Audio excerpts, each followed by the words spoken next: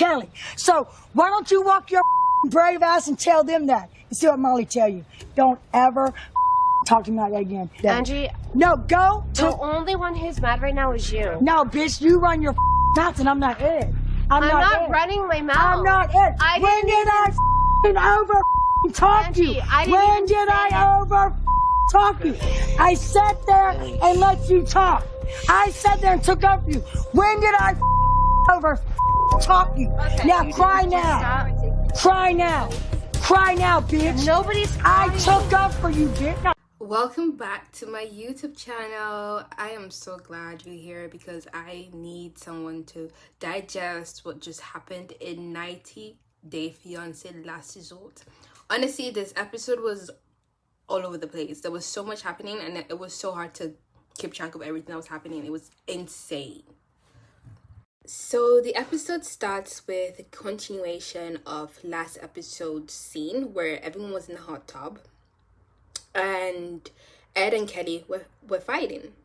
So it was just basically them fighting and Angela trying to be the peacemaker, which she never is. She just aggravates the whole issue.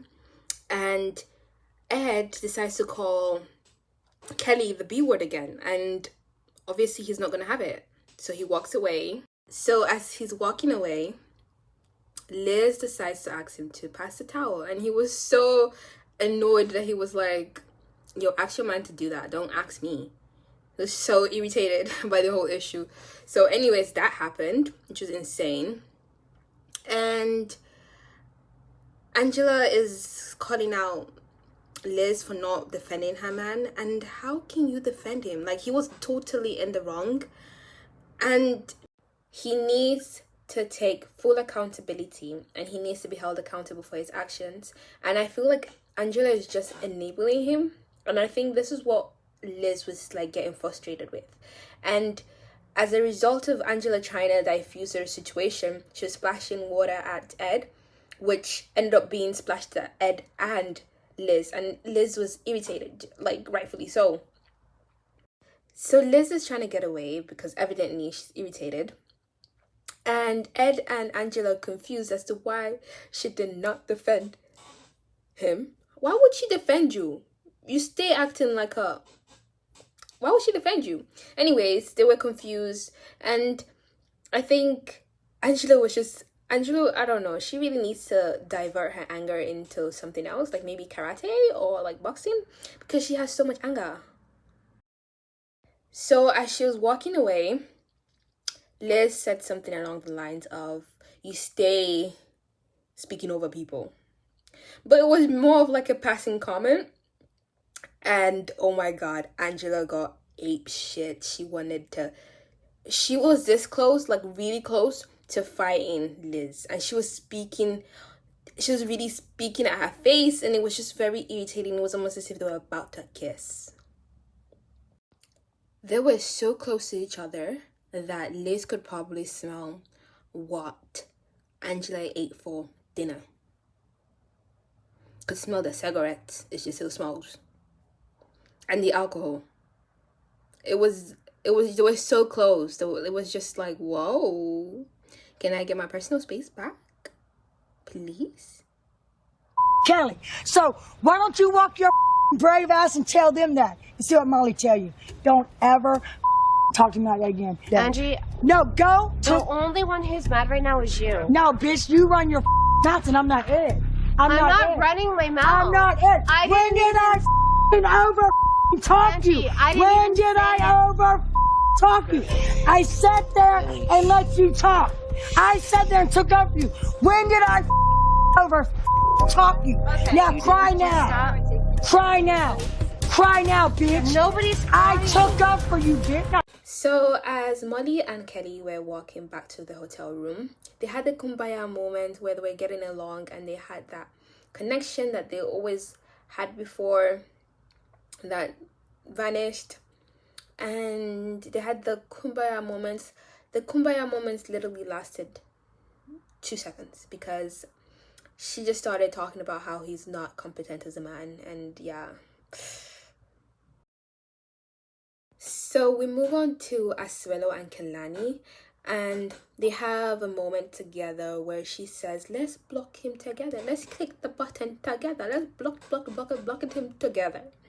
And they click the button together. And I genuinely feel like Asuelo is scared for his position. Like, he's definitely walking on eggshells. Like, even as he's talking, he's not as free as before. He takes his time to think, you know?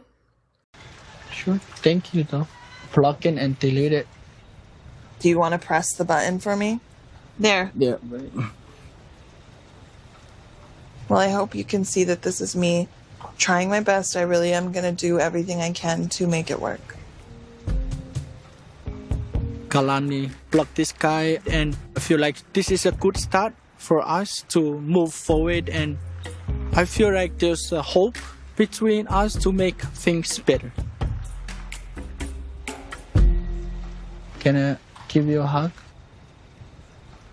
Sure. Not kiss? Let's start with a hug. Thanks.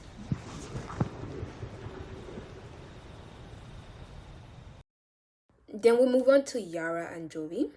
And I don't know if it's just me, but I feel like Yara tells him stuff, but he just doesn't listen. Like, she did mention that she didn't want a baby, and he just didn't listen. Maybe she didn't tell him that she was on birth control, but she did say that she didn't want a baby yet. And like, she did say that she likes Europe and she wanted to live in Europe, and he just doesn't. I don't know. I just feel like he kind of doesn't listen to her. Maybe it's just my opinion.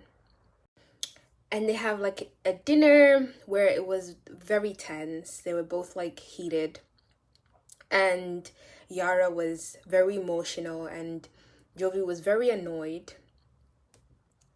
I don't know what's gonna happen with this, guys. I don't know what's gonna happen. I feel like they're gonna go through it. They're gonna get through it, but like...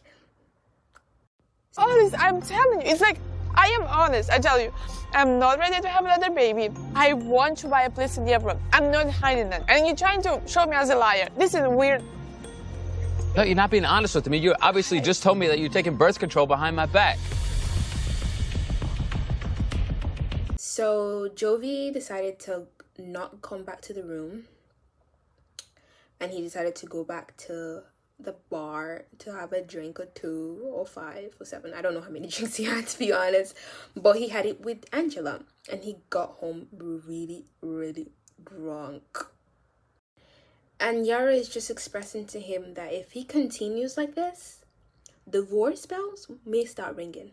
And yeah, it gets really heated and emotional and very tense. Then we have a real problem. I'm telling you right now.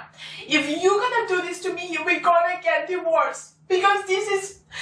I do not wanna be with that. I'm washing my hands right now. You have a problem. Go to rehab. Go do something to...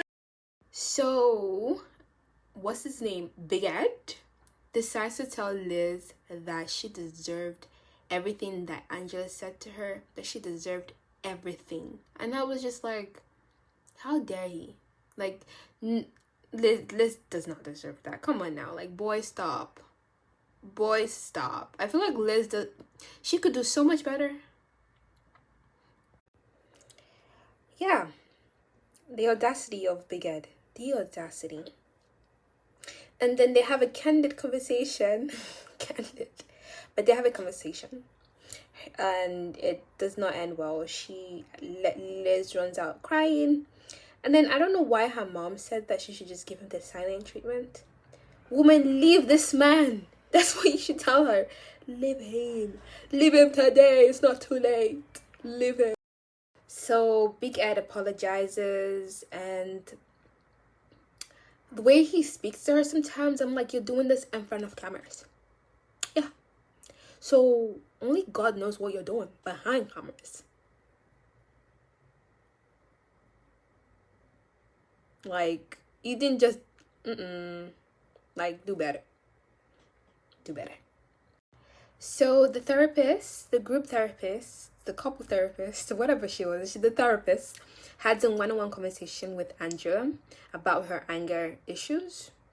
And Angela said, if it makes you feel better, Angela, it's for you. It's for you. It's not for nobody. It's for you. Please take this treatment. But she was very, like, receptive. I'll say that. Actually, sort of receptors, not full on receptive, sort of. Like for us to work on during this retreat is anger. And do you agree that that's something that we can work on? If it makes you happy to work on it with me, yeah. Thanks again for watching my video. Don't forget to like, comment, and subscribe. Also share. I really appreciate it. And yeah, we'll see you next week for more content on 90 Day Last Resort.